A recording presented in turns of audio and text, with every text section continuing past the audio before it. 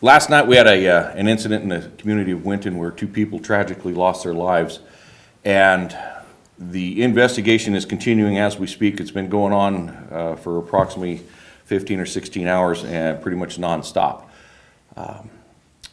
Sergeant Chuck Hale from our Major Crimes Unit is going to give you a briefing on the incident that occurred last night in the community of Winton. Sarge? Merced County Sheriff's detectives are investigating the shooting deaths of two men following an exchange of gunfire outside of an apartment complex in the 6800 block of Walnut Avenue in the community of Winton at about 9 p.m. last night. The motive for the shooting at this time remains undetermined as the investigation continues and new information is developed. Several reports of gunfire in the area came in from nearby residents in the area as they called into our communications center.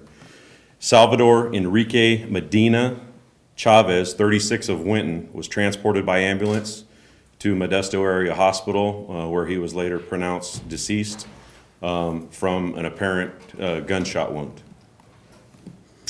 Jose Zamora, 18 of Merced, was transported by private citizen to Mercy Hospital here in Merced where he was pronounced deceased prior to the arrival of our patrol deputies. His injuries also consisted of at least one gunshot wound. These homicides are the first and second reported in the year 2015 in the unincorporated area of Merced County. And that's basically where we're at right now. We've beefed up the patrols as we can. Again, we're short-staffed as most agencies are in this community and in this state. We're doing everything we can to come together, and we've got a lot of our deputies are working overtime to establish a more presence in the area. We've done some personnel movement to try and get to the staffing levels that are going to be more conducive to helping us at these unfortunate tragedies that are occurring. So we're doing everything we can with what we've got, and we're pursuing more in the way of hiring deputies. So that's where we're at with this. But yes, we're trying to make more of a presence out there. We've even got our administration occasionally actually going out and covering a beat because we need the bodies out there. So we're doing everything we can at this point. The responsibility on something like this is